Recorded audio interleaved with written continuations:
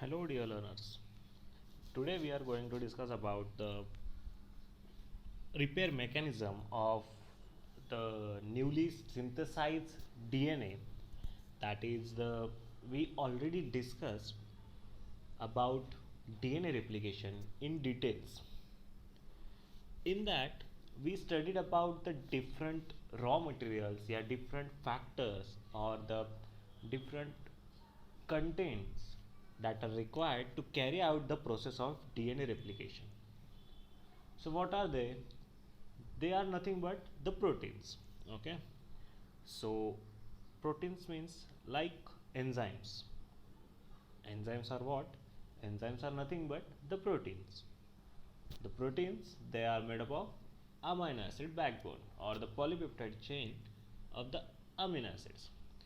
So the raw material that are required for DNA replications, like for the process of initiation, it requires many variety of proteins or many variety of enzymes. Like it requires 5 to 6 proteins to carry out the process of initiation. Like it requires primase, it requires DNA A protein, it requires single stranded binding proteins, helicase enzyme, then it also requires the DNA gyrase, DNA topoisomerase.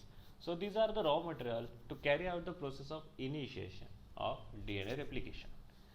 So the whole process of DNA replication is nothing but like initiation, elongation and termination, and these three processes carried out to make up the copies of DNA, and this process is known as DNA replication.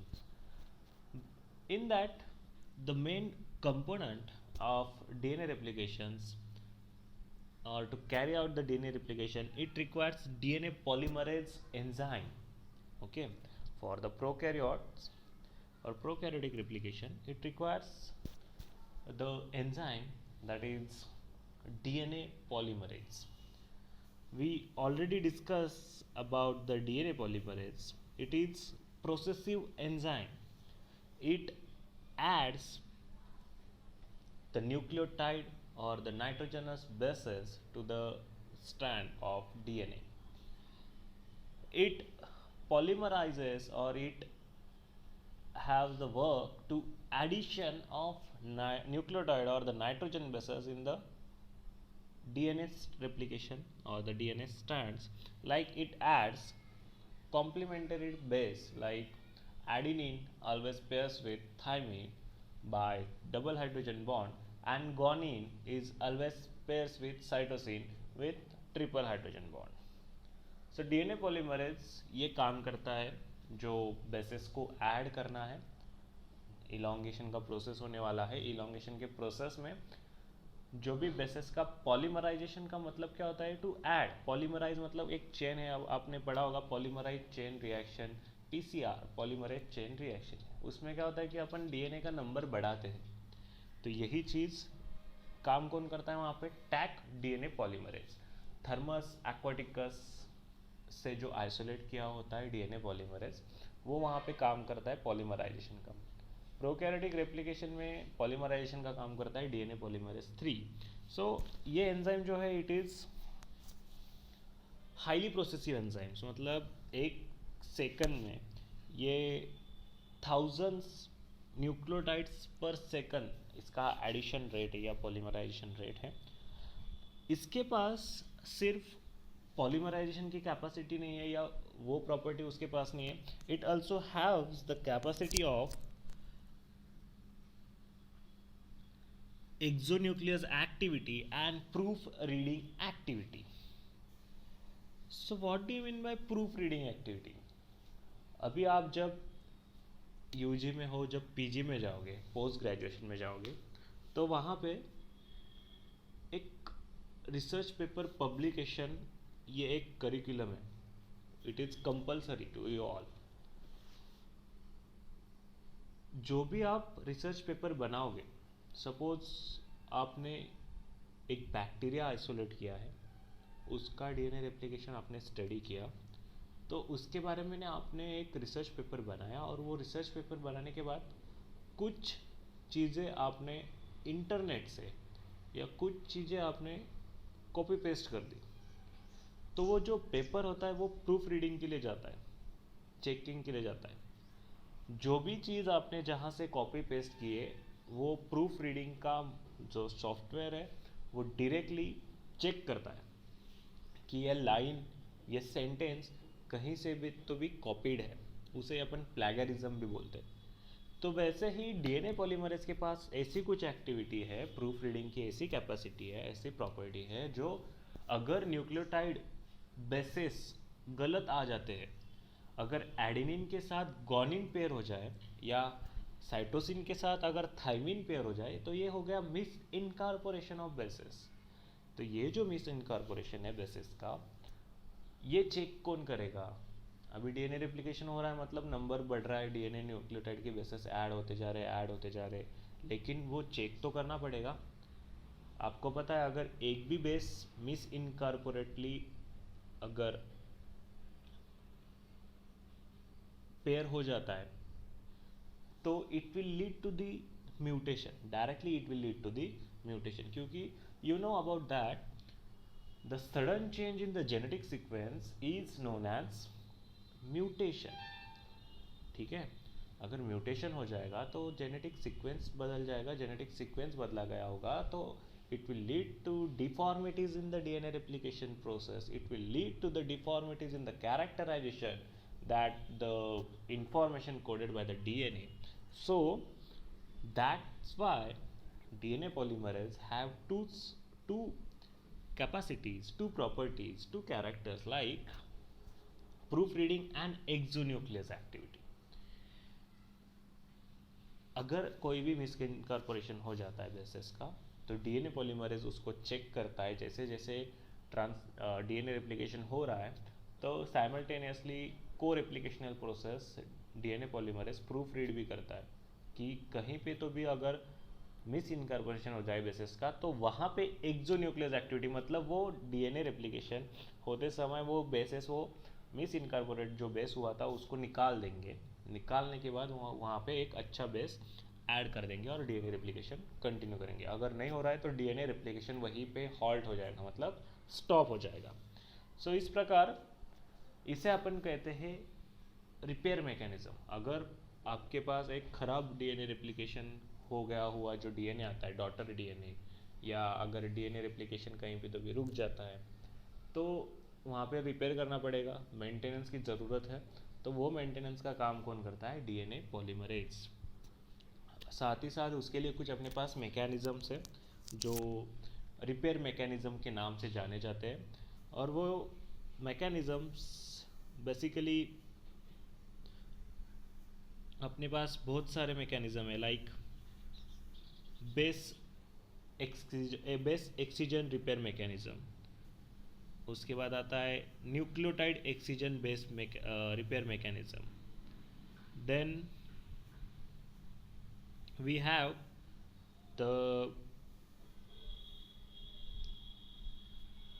mismatch repair mechanism, recombinational repair mechanism.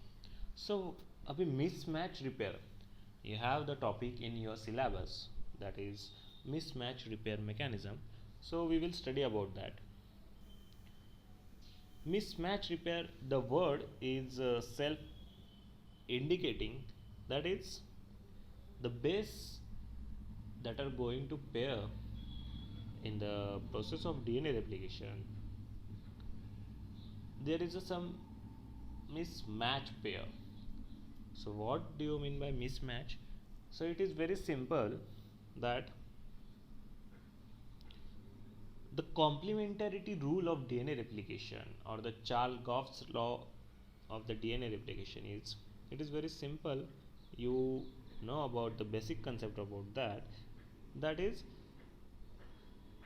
DNA is a double helix structure, that is double helical strands when they are both in anti-parallel and parallel direction. One runs in the 3' to 5' and another runs in the 5' to 3', opposite in direction. And the bases, they are complementarity, or they are maintained in the complementary structure.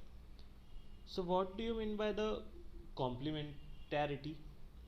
So adenine always pairs with thymine, and guanine always pairs with the cytosine, and there is a bonding between that by hydrogen bonds. So this complementarity is maintained because adenine guanine are the purines, they are the double membrane ring structure. Cytosine, thymine and uracil, these are the pyrimidines and they are the single membrane ring structures. Purines always pairs with the pyrimidines, that is adenine always pairs with the thymine by double hydrogen bond, and guanine always pairs with the cytosine with triple hydrogen bond. But this is the rule, or this is the complementarity rule, if there is a mismatch or if there is a misincorporation of bases, that is if sometime adenine pairs with the guanine by double hydrogen bond, it will lead to the deformities or the distortion in the DNA replication process. So for this purpose there is a repair mechanism, because आपको ये चाहिए नहीं है कि आपका DNA replication जो process हुआ है वो ख़राब हो जाए, उससे अगर कैरेक्टर्स बदले जाए, उसकी इंफॉर्मेशन जो उसने कोड की थी वो बदली जाए, तो it will not lead to the successful DNA replication. So for this purpose we have so many of repair mechanism like nucleotide excision repair mechanism, base excision repair mechanism. nucleotide excision repair mechanism में क्या होता है, पूरा का पूरा nucleotide निकाल देते हैं. बेस एक्सीजन में क्या होता है, सिर्फ जो बेस गलत हुआ है उसी को निकाल देंगे. न्यूक्लियोटाइड में क्या हुआ है, अगर एक सिंगल बेस भी है तो वो 10 से 12 न्यूक्लियोटाइड का पूरा पेयर ही निकाल लेते हैं. ठीक है, वो हो गया न्यूक्लियोटाइड एक्सीजन रिपेयर मैकेनिज्म. उसके बाद आता है मिसमैच रिपेयर मैकेनिज्म, कुछ आता है यूवी रेडिकेशन के बाद में जो फोटो रिएक्टिवेशन का मैकेनिज्म है. ठीक है, तो these are all the types of repair mechanism, and mismatch repair mechanism, it is the one of repair mechanism that are included in your syllabus. So अभी तक ये जो भी पढ़ा अपन ने, it is all about basic concept of DNA replication, the enzymes and the idea or the overview, क्यों करना है हमें मिसमैच रिपेयर मैकेनिज्म, क्यों, क्या ज़रूरत है. अगर डीएनए ख़राब होगा या डीएनए में कुछ बेसेस गलती से आ जाएंगे या डीएनए का सीक्वेंस चेंज हो जाएगा, तभी ये रिपेयर मैकेनिज्म वर्कआउट करने वाला है. तो कैसे वर्कआउट करेगा, आपको पता है action of DNA polymerase 3 that includes DNA polymerase progressive activity of proof reading and also the exonuclease activity. ठीक है, अगर एक बेस गलती से मिस इनकॉर्पोरेट हो जाए तो ये डीएनए पॉलीमरेज का काम होता है कि वो प्रूफ रीड कर ले और एक्सोन्यूक्लियस एक्टिविटी भी दिखा दे. लेकिन समटाइम्स अगर कोई लार्ज डिस्टॉर्शन आ जाता है तो उसके लिए अपने पास mismatch repair mechanism, sorry for that, mismatch repair mechanism है और उसी के लिए अपन ये स्टडी करेंगे. तो अभी मिसमैच रिपेयर मैकेनिज्म कैसे होता है, इसके लिए आपको एक सिंपल कंसेप्ट ध्यान में देना है कि यहाँ पे एक एंजाइम है, डैम मिथाइलेज एंजाइम. ये सबसे ज़्यादा इम्पोर्टेंट रोल प्ले करता है. अभी ये रोल क्या है, डैम मिथाइलेज. अगर डीएनए रेप्लिकेशन हो रहा है तो उसमें आपको पैरेंटल स्ट्रैंड और डॉटर स्ट्रैंड, मतलब जो आने वाला स्ट्रैंड है, जो प्रोजेनी अपने से बनने वाला है पैरेंटल स्ट्रैंड से, बराबर है ना. आपका डीएनए रेप्लिकेशन जो है वो semi conservative mode of replication है. तो पैरेंटल स्ट्रैंड और डॉटर स्ट्रैंड में सेपरेशन करने के लिए आपने को कुछ आइडेंटिफिकेशन करना पड़ेगा. और वो आइडेंटिफिकेशन कैसे होगा, तो ये डैम मिथाइलेज एंजाइम वो काम करता है. ये डैम मिथाइलेज एंजाइम क्या करता है, जो जीएटीसी सीक्वेंस है, ये जीएटीसी सीक्वेंस पैरेंटल स्ट्रैंड पे प्रेजेंट है और जीएटीसी सीक्वेंस वाला मतलब 5' to 3' जीएटीसी वहाँ पे लिखा है. तो जहाँ पे ये एडेनिन जो है, जी के बाद जो एडेनिन है वहाँ पे ये डैम मिथाइलेज एंजाइम जाके ऐड हो जाएगा. ठीक है, और उसके बाद इसे अपन बोलते हैं मिथाइलेशन. मिथाइलेशन कौन कर देगा, डैम मिथाइलेज. क्या करेगा, 5' to 3' पे जो जीएटीसी सीक्वेंस है उसके एडेनिन पेयर पे या एडेनिन बेस पे मिथाइलेज, डैम मिथाइलेज एंजाइम जाके मिथाइलेशन कर देगा. और इस वजह से अपने को पता चल जाएगा कि जो मिथाइलेशन हुआ है वो पैरेंटल स्ट्रैंड में हुआ है. अभी आप कह सकते हो कि डॉटर स्टैंड में क्यों नहीं हुआ है, रेप्लिकेशन होने के बाद कुछ सेवरल मिनट्स लगते हैं मिथाइलेशन होने के लिए, कहाँ पे, डॉटर स्टैंड पे। जो नया वाला स्टैंड सिंथेसाइज होने वाला है वो मिथाइलेशन के लिए उसको कुछ टाइम लगता है रेप्लिकेशन होने के बाद, इसीलिए फिर अपने को उतना टाइम मिल जाता है मिसमैच रिपेयर अगर अपने को परफॉर्म करना है, वर्कआउट करना है, तो अपने को डिस्क्रिमिनेशन करने के लिए there is a chance that the unmethylated strand is a daughter strand and methylated strand is a parental strand. Okay, so अभी क्या होने वाला है, तो यहाँ पे भी अपने को कुछ रॉ मटेरियल लगने वाला है। कौन कौन से रॉ मटेरियल है, there is a raw material like mut S, mut L, mut H, these are the proteins. Okay, mut S का काम क्या है, ये रिकॉग्नाइज करेगा मिसमैच। रिकॉग्नाइज क्या करने वाला है, मिसमैच, कि कहाँ पे गलती हुई है, वो जो डीएनए सीक्वेंस है वहाँ पे गलती कहाँ हुई, तो ये रिकॉग्नाइज करने का काम किसका है, मट एस। मतलब ये जाके देख लेगा भाई हाँ यहाँ पे गलती हुई है, ये मैं रिकॉग्नाइज कर लूँगा। उसके बाद आता है मट एल। मट एल क्या करेगा, ये डाइमर फॉर्म करेगा, मतलब ये मट एस के साथ जाके बाइंड हो जाएगा। मट एल जो है ये डाइमर है, मतलब दो मोनोमर इसके पास है, तो ये मट एल और मट एस जाके दोनों वहाँ पे जाके बाइंड हो जाएंगे और ये दोनों एक्टिवेट कर देंगे मट एच, MUTH। मट एच का काम क्या होता है, इट इज़ अ एंडोन्यूक्लियस। अभी अपने को कट करना पड़ेगा, that will lead to cleavage, that is 5' to 3' जो अपना स्टैंड है GATC, तो ये जो G है वहाँ से इसको कट कर देगा, ठीक है, इन अनमिथाइलेटेड स्टैंड, और वहाँ पे एक जगह छोड़ देगा जिस लिंक, उसे अपन बोलेंगे निक। ठीक है, अभी मैं आपको डायग्राम के हेल्प से आपको ये सब एक्सप्लेन करता हूँ। यहाँ पे आप देख सकते हो ये जो है TG, thymine always pairs with adenine bye double hydrogen bond, लेकिन यहाँ पे वो पेयर किसके साथ हुआ है, वो पेयर हो गया है गॉनिन के साथ। ठीक है, तो ये हो गया अपना मिस इनकारपोरेशन। अभी अपन क्या करेंगे, मट एस जो है वो आएगा और इसने ये देख लिया कि यहाँ पे मिस इनकारपोरेशन हो गया है बेसिस का, तो इसने रिकॉग्नाइज कर लिया। अभी क्या होने वाला है, यहाँ पे आप देख सकते हो ये जो है methylated stand, that is parental stand, जहाँ पे M ऐड किया हुआ है, ठीक है यहाँ पे, और वो एडेनिन पे जहाँ पे 5' to 3' वहाँ पे GATC सीक्वेंस है, तो वहाँ पे एडेनिन पे मिथाइलेशन का प्रोसेस हो गया है। और उसी के कॉम्प्लीमेंट्री में जहाँ पे आप न्यू स्ट्रैंड देख पा रहे हो, वो न्यू स्ट्रैंड अनमिथाइलेटेड।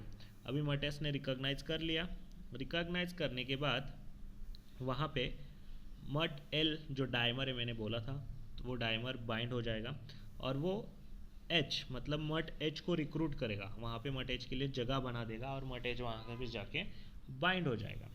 ठीक है, अभी क्या हुआ है, आपने ये देख लिया कि ये तीनों लोग आ गए, मट S आ गया, मट H आ गया, मट L आ गया। ठीक है, तीनों लोग बाइंड हो गए। अभी अपने को ये पता कैसे चलेगा, तो ये तीनों लोग जहाँ पे मिथाइलेशन हो गया है वहाँ पे जाके बाइंड कर लेंगे। बाइंड करने के बाद ये मूव करेंगे जहाँ पे बेसिस को कट करना है, जहाँ से अपने को निक करना है, तो ये ट्रांसलोकेट करेंगे। ट्रांसलोकेट करने के बाद जो कॉम्प्लीमेंट्री स्टैंड है अपना, वहाँ पे जाके ये कट कर देंगे। यहाँ पे आप देख पा रहे हो यहाँ से यहाँ तक इन्होंने स्टैंड को कट कर दिया है। ट्रांसलोकेट मतलब मूव हो गए वो, जहाँ से उन्होंने पता कर लिया कि यहाँ पे मिथाइलेटेड स्टैंड है, तो फिर वो मूव करने लगेंगे। मूव करने के बाद वहाँ जहाँ मिस अनकारपोरेशन हुआ है बेसिस का, वहाँ पे जाके एंडोन्यूक्लियस एक्टिविटी जो है, ठीक है, एंडोन्यूक्लियस एक्टिविटी जो है वो दिखाएंगे और वहाँ से वो बेसिस को कट कर देंगे। कट करने के बाद अभी क्या होगा, वहाँ पे गैप भी क्रिएट होगा। गैप क्रिएट करने के लिए, वो भरने के लिए डीएनए पॉलीमरेज आएगा। डीएनए पॉलीमरेज और यूवीआरडी का भी यहाँ पे काम होता है, हेलिकेज की एक्टिविटी दिखाता है। कट के लिए वो हेल्प करता है, निक के लिए वो हेल्प करता है, जो क्लीवेज क्रिएट होने वाला है उसके लिए यूवीआरडी हेलिकेज भी हेल्प करता है। अभी क्या होने वाला है, जो भी हेलिकेज और एंडोन्यूक्लियस जो थे मट एच, इन्होंने जो इनकरेक्ट बेसिस थे या मिस इनकारपोरेटेड बेसिस थे उनको निकाल दिया और वहाँ पे अभी गैप क्रिएट हो गया। तो डीएनए पॉलीमरेज 3 आएगा, उसने उसका काम चालू कर दिया है। यहाँ पे आप देख सकते हो कि उसने addition of the bases add करने का काम चालू कर दिया। काम चालू करने के बाद अभी जहाँ पे मिस इनकारपोरेट हुआ था वहाँ पे आप देख सकते हो न्यू बेस ऐड कर दिया है thymine pairs with the adenine, और कहीं पे अगर कहीं पे गैप छूट जाता है तो वो सील करने का काम होता है डीएनए लाइगेज। ठीक है, तो इस प्रकार आपका पूरा मिसमैच रिपेयर मैकेनिज्म समाप्त होता है। So if you have any questions regarding to the mismatch repair mechanisms, you can ask me in the comment section or in the WhatsApp group of our department. I will revise the mismatch repair mechanism in the next slide, or I will revise all the topic of DNA replication in the next online lecture. So till then, study for the chapter like DNA replication. Thank you.